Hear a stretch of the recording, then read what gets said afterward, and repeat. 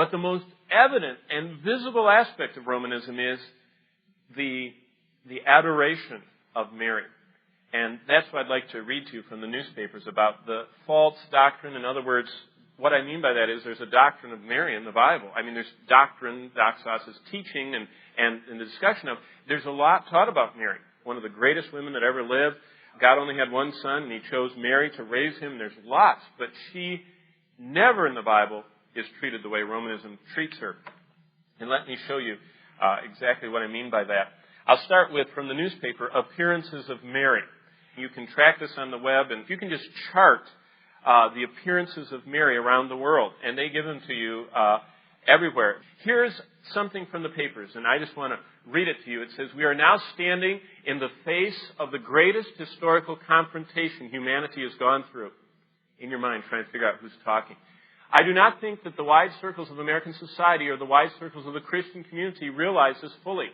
We are now facing the final confrontation between the church and the anti-church, of the gospel versus the anti-gospel." Now that profound statement was made by a guy named Cardinal Wojtyla, Pope John Paul II, about 23 years ago. And then he wrote down what he thought about it.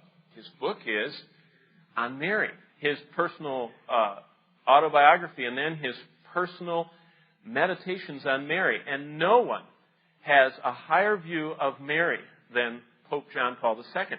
And he said that the people that are resisting Mary are the anti-church and the anti-gospel people. Very interesting to think about. Well, what is Mary doing when she comes back in Roman Catholic theology? And I would like to read to you right now, and I downloaded it from the Catholic Central site, just about one appearance of Mary. Now, this is, if you were a Roman Catholic, you know about Our Lady of Guadalupe. You've heard of it. The event happened in December of 1531, 468 years ago. But let me read to you what happened there. And just in your mind, with everything you know about the Scriptures and the Lord and God's Word, just trying to go through this official sighting of Mary that is enshrined by the Roman Catholic Church. I mean, it's not, they don't distance themselves from it. They don't repudiate it. They don't say it was not true. They don't say there are problems with it. In fact, they have, as you know, it's one of the most renowned images of Mary there is. Early in the morning of December 9th, 1531, 5 miles north of the borders of Mexico City, a 57-year-old Aztec Indian by the name of Juan Diego was running to attend Mass in the nearest village with a church. As he reached the foot of the hill known as Tepeyac, where there had been in the past a temple to the Aztec Mother Goddess, that's a point worth noting right there, there seemed to be a sudden silence, broken by a woman's voice calling his name. The sun barely had risen, but Juan saw, surrounded by golden beams of light, a young Mexican girl about 14 years of age. She was said to be beautiful, but no reliable description comes down to this day. She told Juan that she required a chapel to be built at the site of this vision, and then instructed him to run to the bishop at Mexico City and pass on the message. This Juan did, and after some delay, obtained an audience. The bishop, it seems, was not unreasonable and said Juan could visit him again, though he promised nothing. Juan went away, and in the homeward journey he saw the figure he took to be the Virgin Mary at the same spot. She comforted him, told him to try again at Mexico City the next day, which was Sunday. The next morning, having been to Mass, Juan returned to Bishop Zuarmanga, and again the bishop was tolerant. On his way back home to visit Juan Bernardino, the uncle of his uncle who was seriously ill, he saw her again, and she promised that she would provide a sign the next morning. When Juan returned the next morning, he was expecting his uncle to die. She at once assured him that his uncle's health was restored at that instant, and she went on to tell him to pick some flowers from the top of the hill, though the season that it was, December, should have precluded their growth.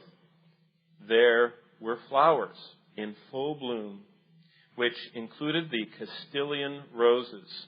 Juan picked a few, took them to the bishop, folded up in his long outer cape, known as the tilma.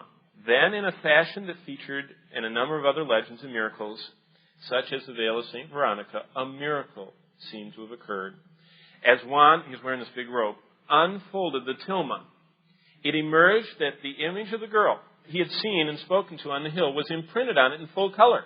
The bishop and others fell to their knees, and it was commanded that the cloth should be taken and hung on the wall of the bishop's private chapel.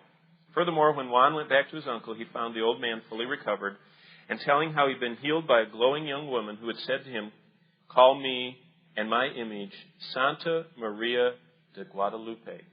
Well, this Guadalupe vision has probably been romanticized, the Roman Catholics say. But we still have certain elements that are in all of it. And what it is that all of them say that this is the image of the woman, that she causes flowers to grow in December, and that she can heal people by speaking to them from afar. This was what the Roman Catholic Church has written, if you've ever been to the cathedral there. Her words to Juan Diego in 1531 was, "I wish that a temple be erected here quickly, so that I may therein exhibit and give all my love, compassion, help, and protection, because I am your merciful mother." What the Roman Catholics have attached this vision is, and what Guadalupe means. And I'll go through that with you right here.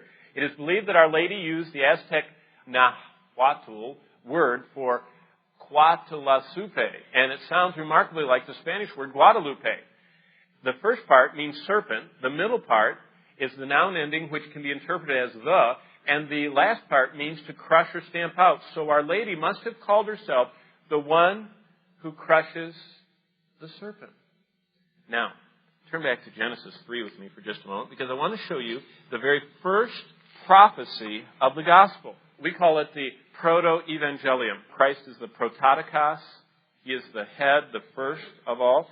Well, proto in the Greek language means first, and so the proto-evangelium means the first mention of the gospel. The first time the gospel is mentioned is in Genesis 3, verse 15. And this is what the Lord said to the serpent. Very interesting. Verse 14 is a curse on the serpent, and Satan possessed and indwelt the serpent and spoke through the serpent.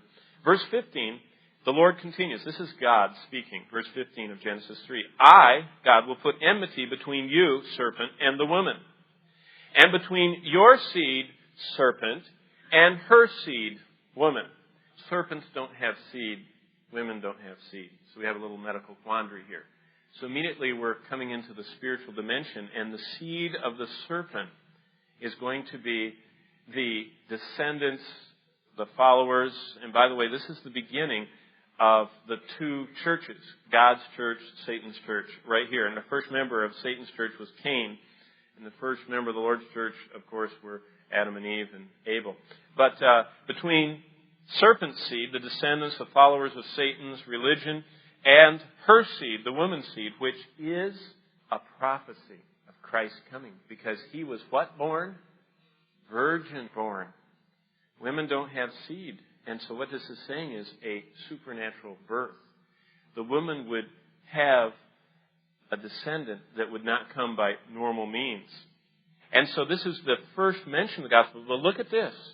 The woman's seed, which we know is Christ, he, this seed, this man, shall bruise your head, serpent, and you, serpent, shall bruise his heel.